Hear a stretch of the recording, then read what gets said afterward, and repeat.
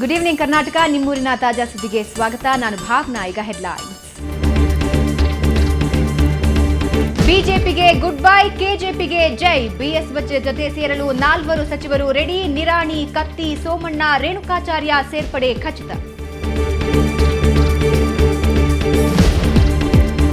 ಸದಾನಂದಗೌಡ ಹಣಕ್ಕಾಗಿ ಕಣ್ಣೀರಿಟ್ಟಿದ್ರು. ಅನಂತ್ ಜೋಶಿ ಭ್ರಷ್ಟರೆಂದ ರೇಣುಕಾಚಾರ್ಯ. ರೇಣುಕಾ ಬಾಂಬ್ಗೆ ಡಿವಿಎಸ್ ತಿರುಗೇಟು.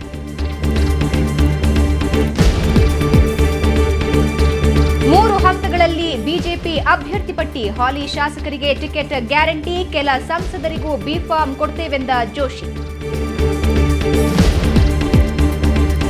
ಹಾಸನ ಬಳಿ ಭೀಕರ ರಸ್ತೆ ಅಪಘಾತ. ಆಂಬ್ಯುಲೆನ್ಸ್ ಟ್ಯಾಂಕರ್ ಮುಖಾಮುಖಿ ಡಿಕ್ಕಿ. ರೋಗಿ ಸೇರಿ 6 ಮಂದಿ ದುರ್ಮರಣ. ಬೀದರ್ ಜಿಲ್ಲಾಸ್ಪತ್ರೆಯೇ ಇಲಿಗಳ ಆಸ್ಥಾನ. ಮೂಷಿಕಗಳ ಕಾಟಕ್ಕೆ ರೋಗಿಗಳು ಹೈರಾಣ. ಅಧಿಕಾರಿಗಳ ನಿರ್ಲಕ್ಷ್ಯಕ್ಕೆ ಆಕ್ರೋಶಗೊಂಡ ಜನ.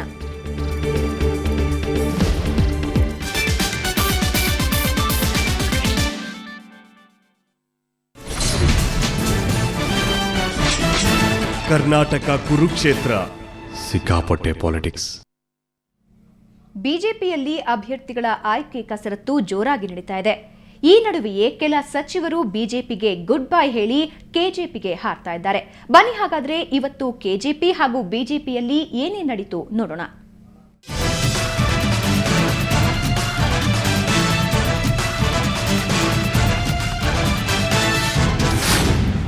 ಮತ್ತಷ್ಟು ಬಿಜೆಪಿ ಶಾಸಕರು, ಸಚಿವರು ಕೆಜೆಪಿ ಸೇರ್ಪಡೆಗೆ ವೇದಿಕೆ ಸಿದ್ಧವಾಗಿದೆ.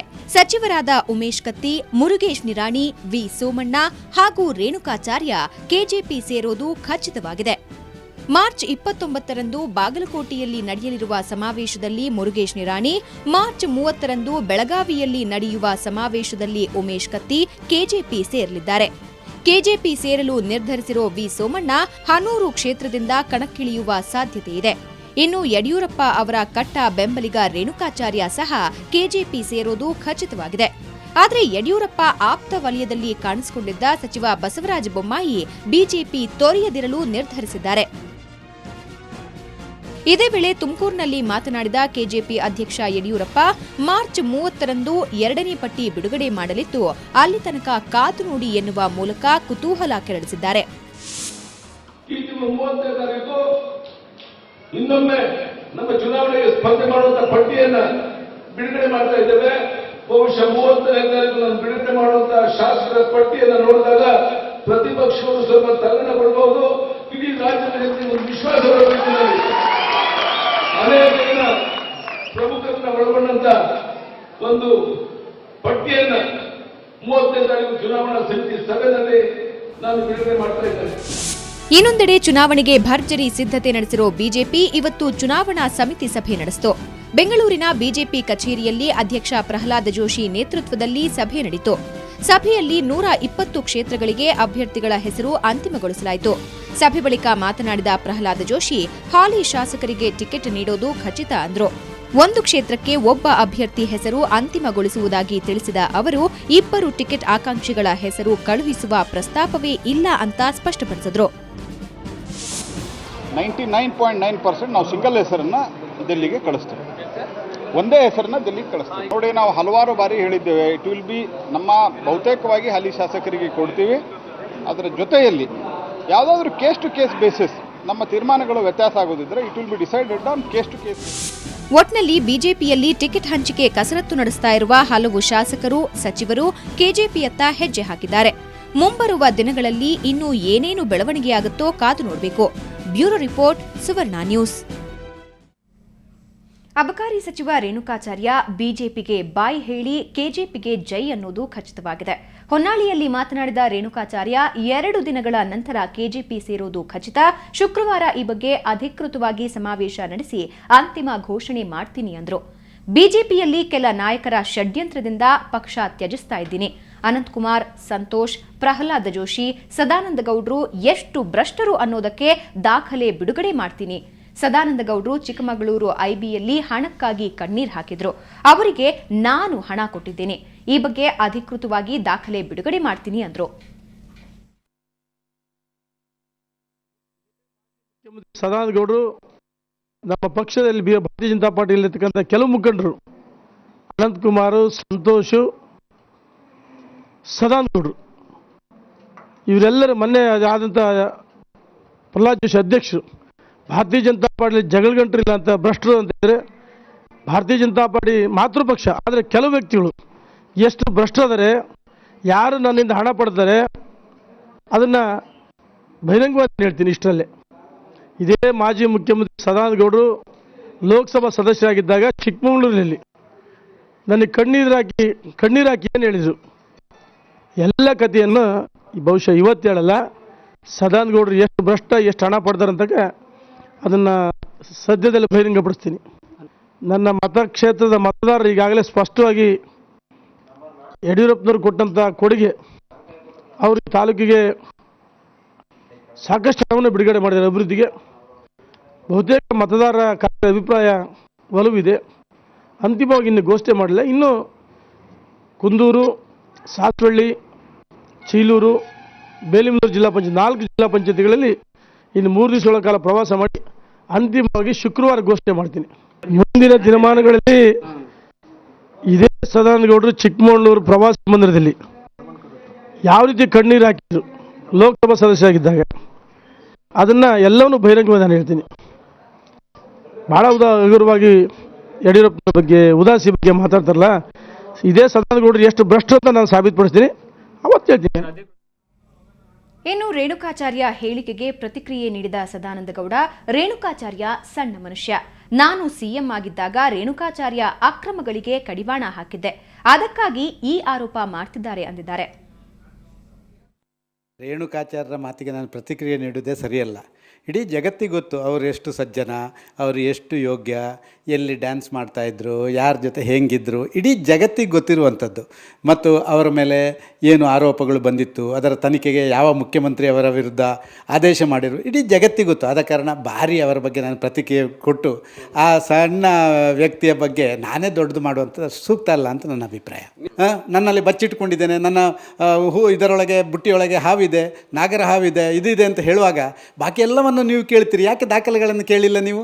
ದಾಖಲೆ ಅವರು ಬಿಡುಗಡೆ ಮಾಡಲಿ, ಆಗ ನಿಮಗೆ ಉತ್ತರ ಕೊಡ್ತೀನಿ. ಕಾಂಗ್ರೆಸ್ ಟಿಕೆಟ್ಗಾಗಿ ಭಾರೀ ಕಸರತ್ತು ನಡೀತಾ ಇದೆ. ಹಲವು ನಾಯಕರು ಕಾಂಗ್ರೆಸ್ ಟಿಕೆಟ್ಗಾಗಿ ದಿಲ್ಲಿಯಲ್ಲಿ ಬೀಡು ಬಿಟ್ಟಿದ್ದಾರೆ. ಅವರಲ್ಲಿ ಸಾಗರ ಕ್ಷೇತ್ರದ ಹಾಲಿ ಬಿಜೆಪಿ ಶಾಸಕ ಬೇಳೂರು ಗೋಪಾಲಕೃಷ್ಣ ಕೂಡ ಒಬ್ಬರು. ಬೇಳೂರು ಕೂಡ ಕಾಂಗ್ರೆಸ್ ಟಿಕೆಟ್ಗಾಗಿ ಹೈಕಮಾಂಡ್ ಕದ ತಟ್ಟಿದ್ದಾರೆ. ನವದೆಹಲಿಯಲ್ಲಿ ಮಾತನಾಡಿದ ಬೇಳೂರು ಗೋಪಾಲಕೃಷ್ಣ, ಏನೇ ಆದರೂ ಬಿಜೆಪಿಯಿಂದ ಮಾತ್ರ ಸ್ಪರ್ಧಿಸೋದಿಲ್ಲ ಅಂದಿದ್ದಾರೆ. ಯಾವ ಪಕ್ಷವೂ ಟಿಕೆಟ್ ನೀಡದೇ ಇದ್ರೆ ಪಕ್ಷೇತರರಾಗಿ ಕಣಕ್ಕಿಳಿತೀನಿ ಅಂದಿದ್ದಾರೆ.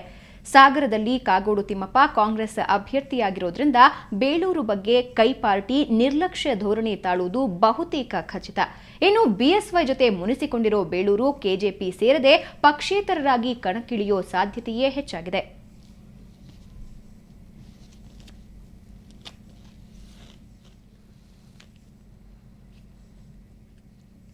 ಕಾಂಗ್ರೆಸ್ ಪಾಳ್ಯದಲ್ಲಿ ಈಗಾಗಲೇ ಟಿಕೆಟ್ಗಾಗಿ ಆಕಾಂಕ್ಷಿಗಳು ಸಾಕಷ್ಟು ಮಟ್ಟದಲ್ಲಿ ಲಾಬಿ ನಡೆಸ್ತಾ ಇದ್ದಾರೆ. ಈಗ ಎಲ್ಲರೂ ದಿಲ್ಲಿಯಲ್ಲಿ ಬೀಡುಬಿಟ್ಟಿದ್ದಾರೆ. ಅವರಲ್ಲಿ ಸಾಗರ ಕ್ಷೇತ್ರದ ಹಾಲಿ ಬಿಜೆಪಿ ಶಾಸಕ ಬೇಳೂರು ಗೋಪಾಲಕೃಷ್ಣ ಕೂಡ ಒಬ್ಬರು. ಆದರೆ ಕೈ ಪಾರ್ಟಿ ಇದ್ರ ಬಗ್ಗೆ ನಿರ್ಲಕ್ಷ್ಯ ತೋರ್ತಾ ಇದೆ. ಅದರಿಂದಾಗಿ ಬೇಳೂರು ಗೋಪಾಲಕೃಷ್ಣ ಪಕ್ಷೇತರರಾಗಿ ಕಣಕ್ಕಿಳಿಯೋದು ಬಹುತೇಕ ಖಚಿತವಾಗಿದೆ.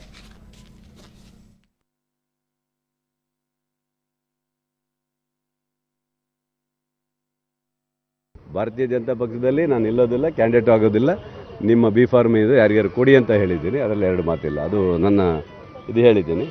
ಇಂಥ ಪಕ್ಷಕ್ಕೆ ಸೇರ್ತೀನಿ ಅಂತ ಇನ್ನು ಹೇಳಿಲ್ಲ. ಮಾತುಕತೆ ನಡೀತದೆ, ಪಕ್ಷದಲ್ಲಿ ಚರ್ಚೆಗಳು ನಡೀತದೆ. ಯಾವುದೇ ಪಕ್ಷದಲ್ಲಿ ಟಿಕೆಟ್ ಸಿಗದಿದ್ದರೂ ಸಹ ಪಕ್ಷೇತರವಾಗಿ ಆದರೂ ಸಾಗರದಲ್ಲಿ ಸ್ಪರ್ಧೆ ಮಾಡ್ತೇನೆ ನಾನು, ಅದರಲ್ಲಿ 2 ಮಾತಿಲ್ಲ. ಇನ್ನು 46 ಕಾಂಗ್ರೆಸ್ ಅಭ್ಯರ್ಥಿಗಳ ಹೆಸರು ಅಂತಿಮಗೊಳಿಸಲಾಗಿದೆ. ಅಭ್ಯರ್ಥಿಗಳ ಪಟ್ಟಿ ಸುವರ್ಣ ನ್ಯೂಸ್ಗೆ ಸಿಕ್ಕಿದೆ. ಯಾರ್ಯಾರು ಯಾವ ಕ್ಷೇತ್ರದಲ್ಲಿ ಸ್ಪರ್ಧಿಸುತ್ತಾರೆ ಅನ್ನೋದನ್ನ ನೋಡೋದಾದ್ರೆ, ಕನಕಪುರ ಕ್ಷೇತ್ರದಿಂದ ಡಿಕೆ ಶಿವಕುಮಾರ್, ವರುಣಾದಿಂದ ಸಿದ್ದರಾಮಯ್ಯ, ಕೊರಟಗೆರೆಯಿಂದ ಡಾಕ್ಟರ್ ಜಿ ಪರಮೇಶ್ವರ್, ಗಾಂಧಿನಗರದಿಂದ ದಿನೇಶ್ ಗುಂಡೂರಾವ್, ರಾಮದುರ್ಗದಿಂದ ಅಶೋಕ್ ಪಟ್ಟಣ್, ಹುನಗುಂದದಿಂದ ವಿಜಯ್ ಕಾಶನಪ್ಪನವರ್,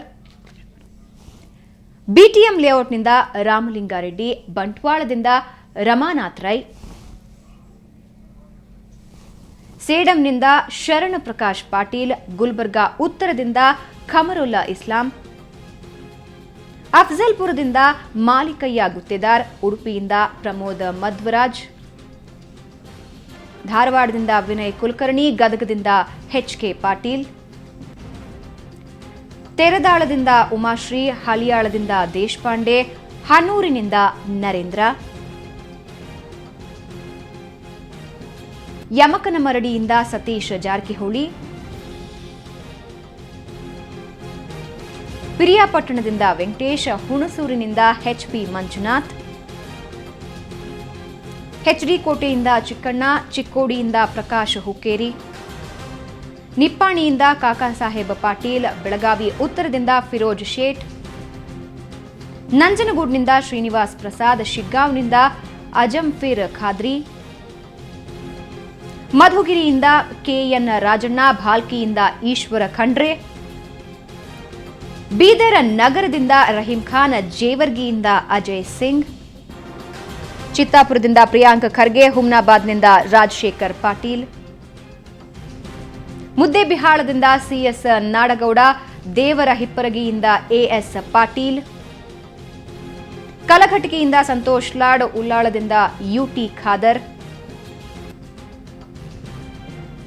ಕೃಷ್ಣರಾಜದಿಂದ ಎಂಕೆ ಸೋಮಶೇಖರ್, ಕಾರ್ಕಳದಿಂದ ಗೋಪಾಲ ಭಂಡಾರಿ, ವಿಜಯನಗರದಿಂದ ಎಂ ಕೃಷ್ಣಪ್ಪ, ಶಿವಾಜಿನಗರದಿಂದ ರೋಷನ್ ಬೇಗ್, ಶಾಂತಿನಗರದಿಂದ ಹ್ಯಾರಿಸ್, ಸರ್ವಜ್ಞ ನಗರದಿಂದ ಕೆಜೆ ಜಾರ್ಜ್, ಬ್ಯಾಟ್ರಾಯನ್ಪುರದಿಂದ ಕೃಷ್ಣ ಭೈರೇಗೌಡ, ಮಹಾಲಕ್ಷ್ಮಿ ಲೇಔಟ್ನಿಂದ ನೇಲಾ ನರೇಂದ್ರ ಬಾಬು, ಗೋವಿಂದರಾಜನಗರದಿಂದ ಪ್ರಿಯಾ ಕೃಷ್ಣ, ನಂಜನಗೂಡಿನಿಂದ ಶ್ರೀನಿವಾಸ ಪ್ರಸಾದ್, ಕೆಆರ್ ನಗರದಿಂದ ದೊಡ್ಡಸ್ವಾಮಿಗೌಡ,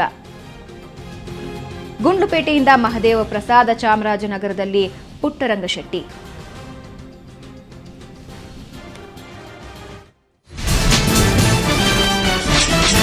ಕರ್ನಾಟಕ ಕುರುಕ್ಷೇತ್ರ ಸಿಕ್ಕಾಪಟ್ಟೆ ಪಾಲಿಟಿಕ್ಸ್. ನಿಮ್ಮೂರಿನ ಸುದ್ದಿ ಮುಂದುವರಿಯುತ್ತೆ ಒಂದು ಪುಟ್ಟ ಬ್ರೇಕ್ನ ನಂತರ.